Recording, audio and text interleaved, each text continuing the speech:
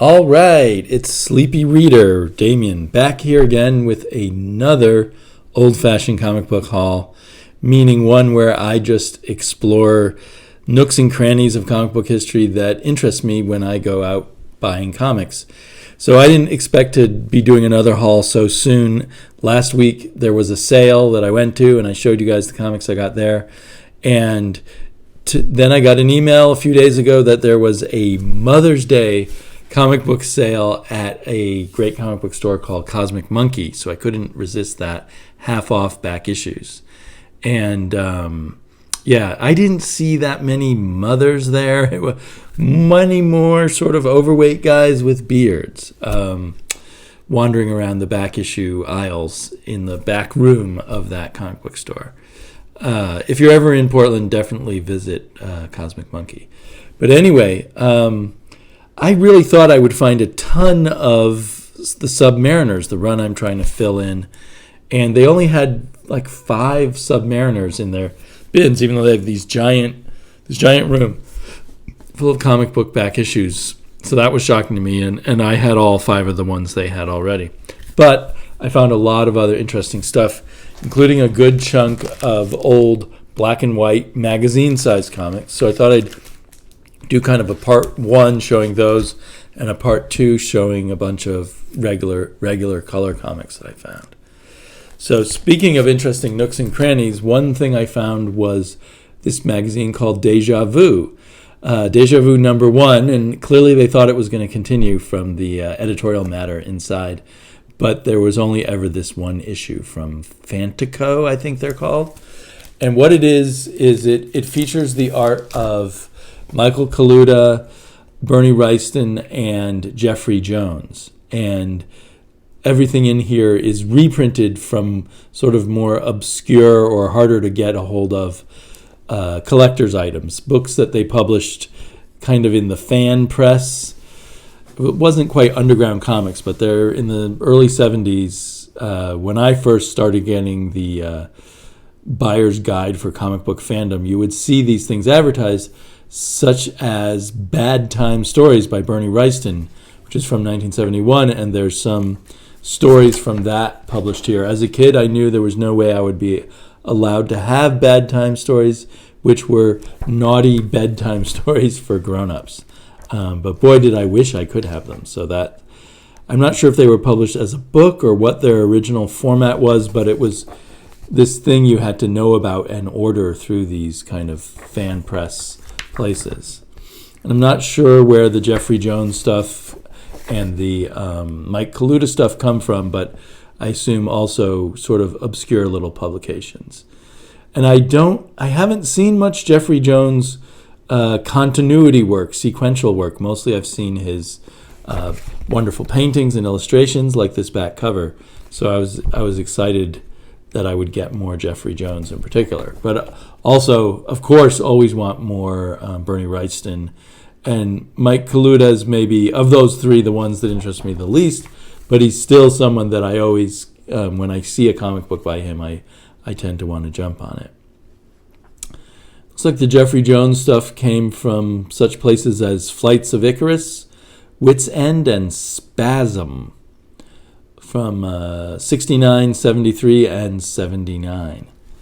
So anyway, definitely a find I was very pleased with.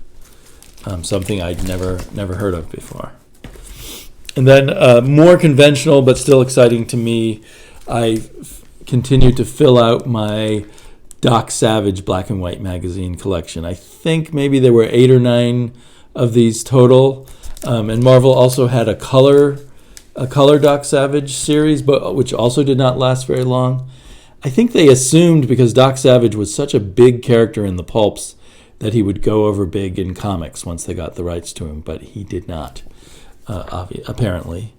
But this stuff looks really cool. Tony DeZuniga artwork, scripts by Doug Moench. I never quite know how to say his name, but he was definitely one of my favorite writers in the 70s, him and Marv Wolfman, I think. And Steve Gerber, and sometimes Roy Thomas.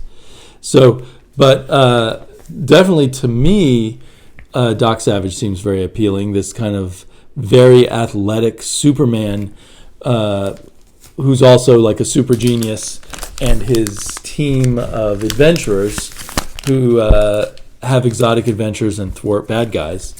So I'm kind of surprised it didn't take off in comics. Maybe they just didn't find quite the right approach. Doc Savage's shirt is always being ripped off on covers. I'm not sure what's up with that. This one looks particularly strange. It hardly looks like material at all. It looks almost like, I don't know, pieces of lead hanging off his body. Plus his muscles are so crazy. But anyway, I'm very happy to get those. So I think I may only have one more Doc Savage, black and white Doc Savage to get. I don't think I have any of the color ones yet. Also, a hard thing to find, at least in my experience, is Vampire Tales, one of Marvel's horror magazines. I love this cover. I love both that bloody hand, and that very ghost-like vampire in the background.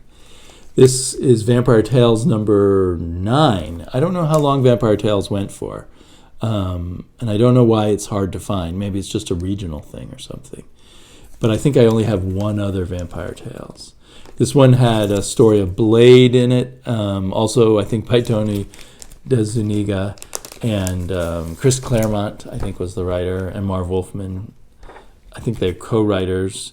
And then a Doug Moench story with Russ Heath. So anyway, I will continue to hunt for Vampire Tales. What year, I wonder, did this come out? 1974. So that's was Savage Tales their first black and white one, which came out maybe in 70 or 71? And then I think Savage Sword of Conan, which was their most popular black and white comic, which the only one that really lasted for hundreds of issues, that came out, I want to say it came out in 74 or 75, but then it continued into the 80s. So another one that I sometimes have trouble finding is the Tomb of Dracula. So I was real excited. I got a number of Tomb of Draculas. This is number 2 and number 4 and number 5. I think I only have to get number 6. I think there's only 6. I'm not positive now. Let's see. What do we have in here? I always remove the tape, and I try not to store comics with tape. Tape is dangerous to the cover of the comic. I've had a few bad accidents with tape. Not a huge fan of that cover, but anyway, glad to get the issue. Inside, we've got Gene Colan with Roger Mackenzie on the script. I'm not too familiar with Roger Mackenzie's work. Not sure if he did a whole lot or I missed it. I do know he was on Daredevil when Frank Miller kind of slowly took over Daredevil. I think that was Roger Mackenzie. I don't remember ever disliking his work, but it just doesn't stand out in my memory. So it looks like we have 3 stories in here, and one of them's about Lilith, the daughter of Dracula, I guess. Isn't Lilith the daughter of the devil in the Apocrypha from the Old Testament? But anyway, and then I also found Dracula Lives, which was a longer-running Dracula comic that came, I believe, before The Tomb of Dracula. There's also The Tomb of Dracula, the color comic. So that's a bit confusing that there's a black and white and color. This is Dracula Lives number 9. Can't get the tape off, so I'm going to fold it around. That means the tape's been on there a long time, I guess. I'm sort of two minds of whether I like these Dracula covers or not. This one's not as bad. It seems like very much in the Hammer horror film thing, rather than being much of a match for the Gene Colan style vampire. But here, talk about not a match, we have Frank Robbins art with Doug Moench. Boy, he really got around, Doug Moench doing the writing. Frank Robbins is the last person I would choose to do I wouldn't. I'm kind of shocked to see him in one of these black and white magazines. It actually looks pretty good. I mean, I used to hate him doing superheroes, but maybe he can handle this this horror stuff better. He is known for being one of the really good comic strip artists in the newspapers. Here we've got some Alfredo Alcala, written by Jerry Conway. A Night in the Unlife. So I assume a slice of life for Mr. Dracul. Very cool. And what's this? Sonny Trinidad art.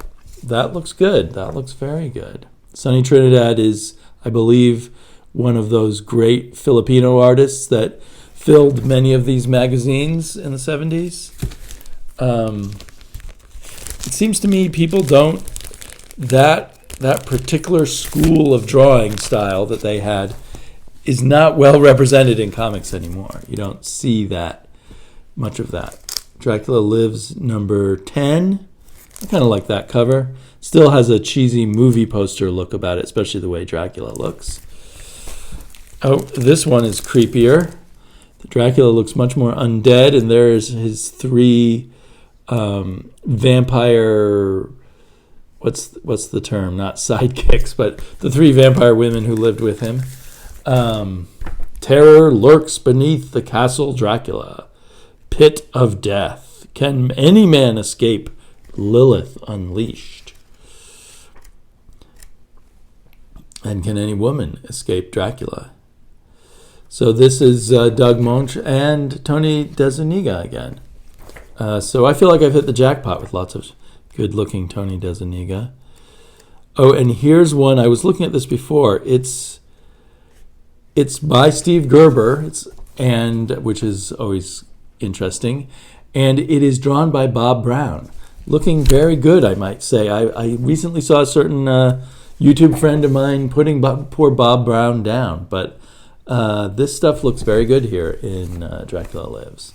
Maybe he put an extra effort for a black and white comic.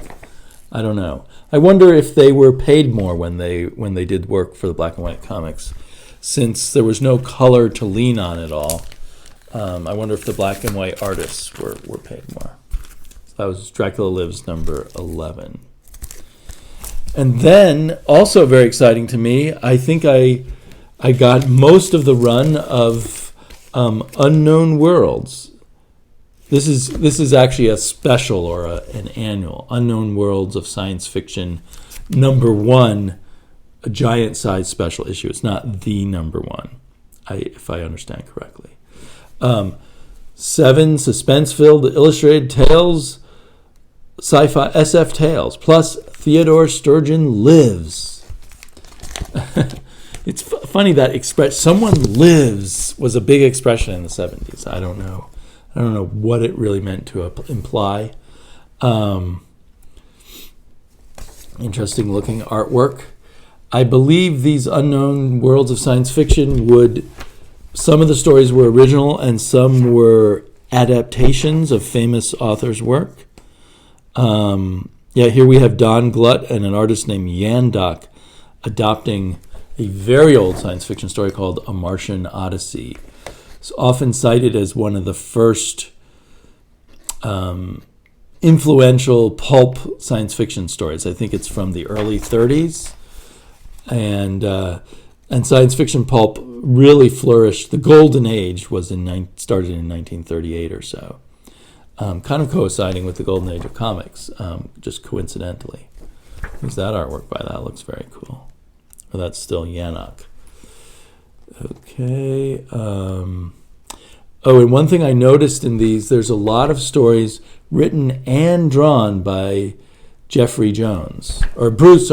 Jones. And I've seen a lot of scripts by Bruce Jones over the years, but I forgot that he started out writing and drawing his own work. And what else have we got in here? Well, that'll do for that.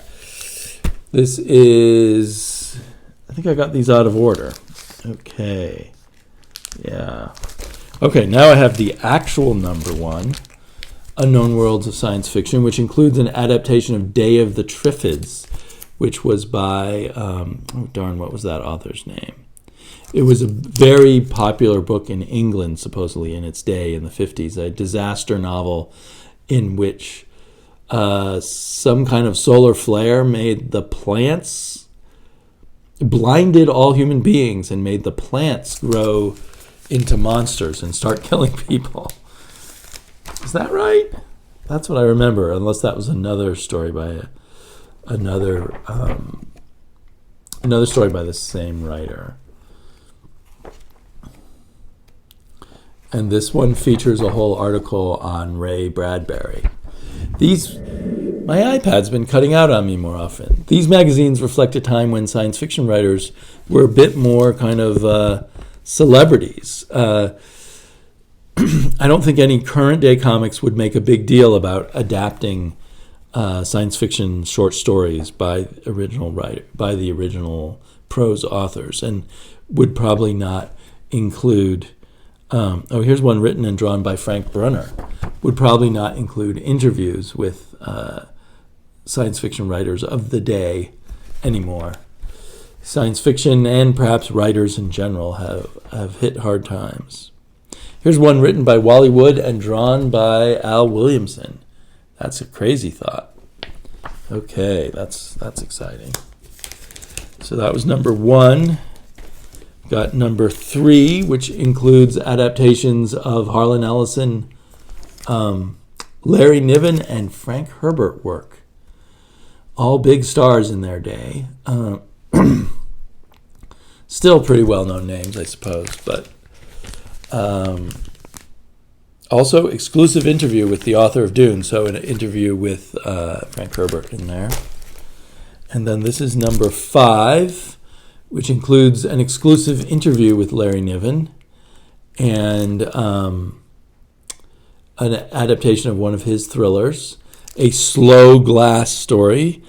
Slow Glass was, what was the name of that writer? There was a British writer who invented this idea of slow glass, this glass that took light so long to travel through that you would see something from the deep past through the glass. And his name was Bob Shaw. So at one point he was quite an influential British sci-fi writer. What else have they got here? Sorry about this. And some Gray Morrow, written by Bruce Jones, art by Gray Morrow. So yeah, for me, I've kind of hit the jackpot with a lot of these. Very excited. Finally, here I've got number 6, Behold the Man by Michael Moorcock. It's a science fiction time travel story where someone travels back to the time of the crucifixion and ends up getting crucified himself. I don't know. I never read the story. I don't know if it is kind of sacrilegious. It was written kind of for a very hippie science fiction magazine called New Worlds at the time, so they liked to shock and distress older people. A bunch of people under 30, I suppose, at the time. Boy, this looks good. This is story and art by someone named John Allison. I have no idea who John Allison was, but this looks very good. Okay, I will try to stitch this together, and I will post another video, part 2, a little later. Thanks for sticking with me in my rambling about old comics. I'll talk to you all later.